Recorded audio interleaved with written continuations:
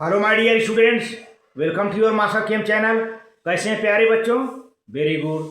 आज मैं Amla Shankar Yadav master chem channel की तरफ से IIT JEE and NEET foundation के बच्चों के लिए वीडियो लेके आया हूँ थर्मोडायनेमिक्स से, एनर्जेटिक्स एंड केमिकल थर्मोडायनेमिक्स से। प्यारे बच्चों, बच्चों का एग्जाम नज़दीक आ रहा है, फॉर्म भरने वाले हैं आईआईटी जेई का, नीट का, इसलिए उनकी डिमांड आ रही थी, बराबर मांग आ रहा था।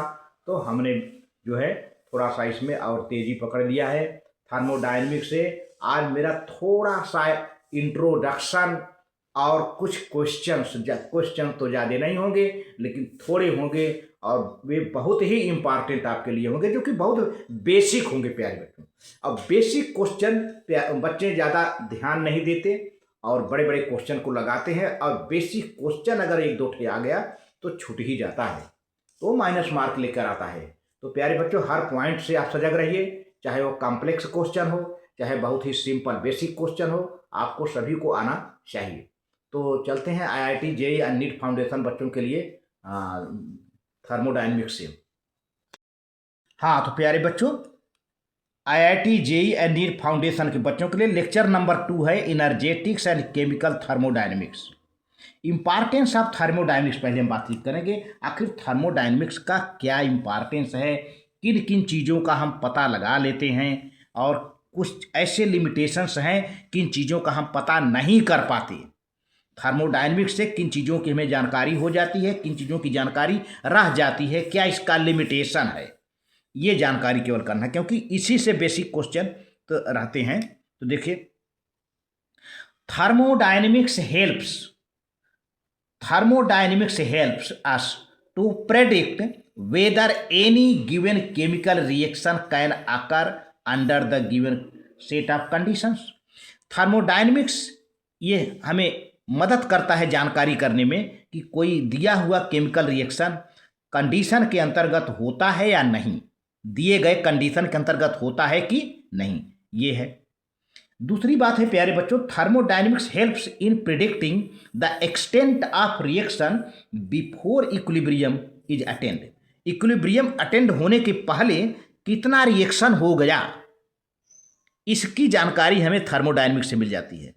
जब तक इक्विलिब्रियम नहीं मिला है, उसके पहले कितना रिएक्शन हो चुका होगा, उसकी जानकारी हमें थर्मोडायनेमिक्स की मदद से ये आइडिया हमको मिल जाती है। लेकिन वहीं कुछ लिमिटेशन है प्यारे बच्चों। लिमिटेशन क्या है? Thermodynamics helps to predict the feasibility of process. ठीक है, फिजिबिलिटी माने आसान, किसी प्रोसेस को कितना आसानी से हो जाता है, इसकी जानकारी तो हमें थर्मोडायनेमिक्स से मिल जाती है।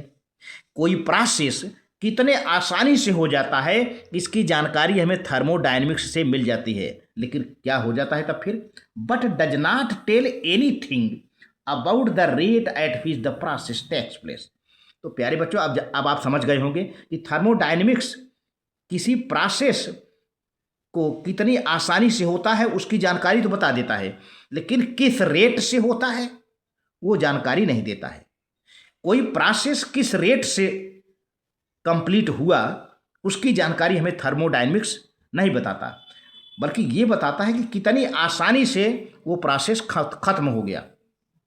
दूसरा है प्यारे बच्चों, it deals only with the initial and final states of the system but does not tell anything about the mechanism of the process। बहुत बढ़िया। तो थर्मोडायनेमिक्स प्यारे बच्चों सिस्टम का प्रारंभिक इनिशियल और अंतिम स्टेट की जानकारी देता है। शुरू में सिस्टम क्या था, प्रोसेस हो जाने के बाद सिस्टम का लास्ट पॉइंट क्या था, है ना। शुरू के पॉइंट में सिस्टम कैसा था, जब प्रोसेस कंप्लीट हो गया तो उसका लास्ट पॉइंट कैसा है, केवल इसकी जानकारी देता है। अब किस तरीके से हुआ, वो किस रास्ते से हुआ, क्या प्रक्रिया थी, पूरी मैकेनिज्म उसकी जानकारी नहीं बताता। क्या मैकेनिज्म था, क्या प्रोसेस था, क्या प्रक्रिया की क्या मैकेनिज्म थी, उसकी जानकारी नहीं, केवल इनिशियल और फाइनल स्टेट की जानकारी करता है प्यारे बच्चों। और तीसरा पॉइंट है प्यारे बच्चों, thermodynamics deals with properties like temperature, pressure etcetera of the matter. किसी मैटर का टेम्परेचर, प्रेशर, वॉल्यूम, इन सब की जानकारी थर्मोडायनेमिक्स देता है। अब the matter work in microscopic properties, microscopic properties को बताता है। लेकिन अब उसके अंदर कितने छोटे छोटे पार्टिकल हैं, एटम हैं, मॉलिक्यूल्स हैं, उसकी जानकारी नहीं देता। But does not tell any things about the individual atoms और मॉलिक्यूल्स। किसी एक अलग मॉलिक्यूल हो, किसी एक अलग एटम हो, उसकी जानकारी, माइक्रोस्कोपिक पार्टिकल की जानकारी नहीं देता है। ये मेन पॉइंट है। माइक्रोस्कोपिक प्रॉपर्टी बताएगा, टेम्परेचर, प्रेशर, वॉल्यूम, लेकिन इंडिविजुअल एटम के बारे में, इंडिविजुअल मॉलिक्यूल के बारे में, यानी माइक्रोस्कोपिक पार्टिकल के बारे में कोई जानकारी थर्मोडायनेमिक्स नहीं डील करता। अब कुछ क्वेश्चंस हैं, आ जाइए आपके एग्जाम में जो आए हुए। The change in internal energy of system depends on, देखिए कितना बढ़िया क्वेश्चन है।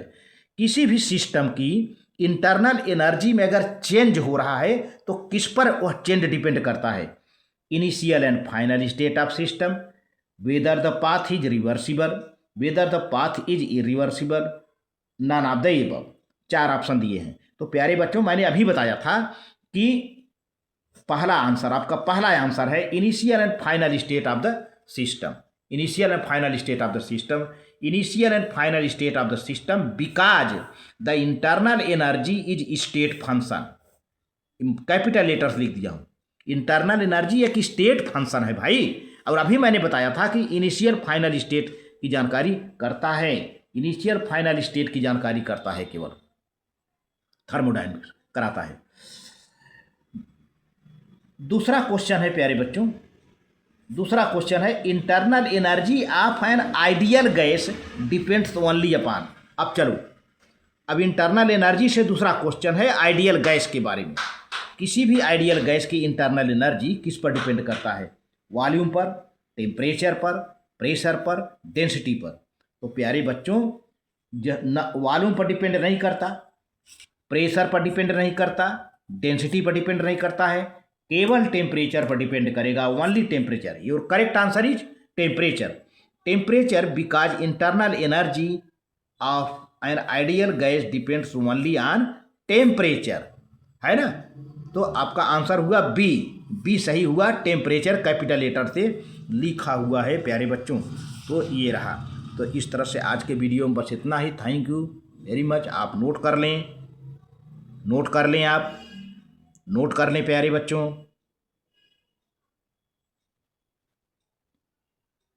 Very good, very good.